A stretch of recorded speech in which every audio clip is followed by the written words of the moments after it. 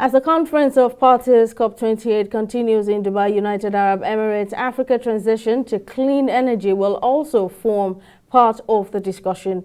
Africa is believed to contribute the least to environmental degradation compared to the all other regions in the world, despite its low contribution to the emission of carbon dioxide. Climate change is threatening Africa very severely. Earlier on, I spoke to the Secretary General of the Africa's Petroleum Producers Organization, APPO, on how Africa is handling the green energy transition.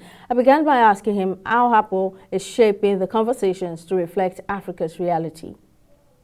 COP28 has been the most inclusive COP, really, in the history of all the COPs, in the sense that today we have the oil and gas sector being allowed to have a stand in COP. OPEC has a stand, has an exhibition stand.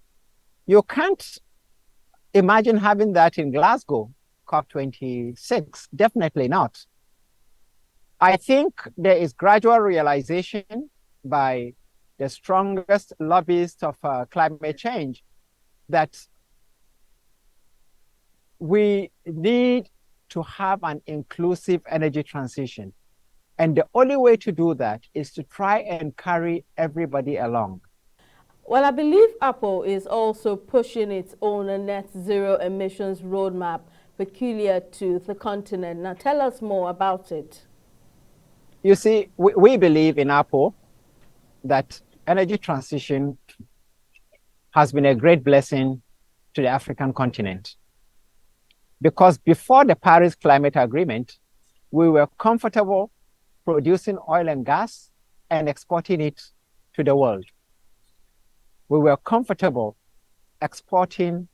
producing oil and gas, exporting it, and leaving our people in abject poverty. Currently, we have 900 million Africans who do not have access to any form of modern energy. 600 million Africans do not have access to electricity. Yet, we export 75% of the oil that we produce on the African continent and 45% of the gas that we produce on the African continent.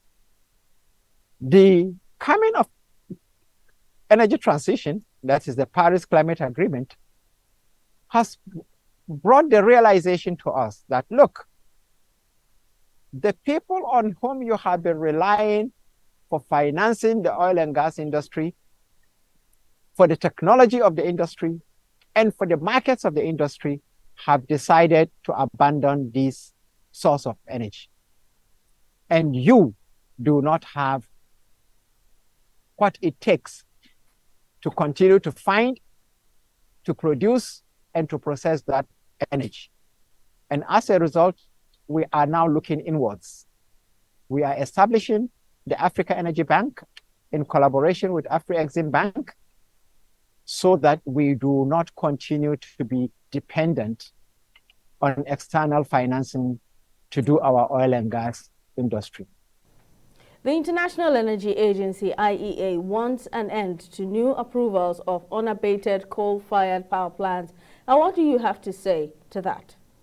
Well, the point is this. Every organization or institution speaks for those who established it. The IEA is essentially European, American, OECD countries. I never expect them to say anything that is not going to be what their masters have asked them to say. They are paid to do that. We are also saying exactly what we believe is in the best interest of our people. So everybody should say what is in the best interest of its people. The only challenge is that because they have come to dominate global media, they are the loudest when they speak. But the truth is that for too long, African resources have been diverted to other societies for their development. And this cannot continue. It cannot continue because life is just not going to be the same. Today in Africa, people are questioning things, and I think this is the way it's going to go. And the time for us to also get developed has come. That was Omar Ibrahim, the Secretary General of Africa Petroleum Producers Organization, APPO, speaking to us earlier from Dubai, United Arab Emirates.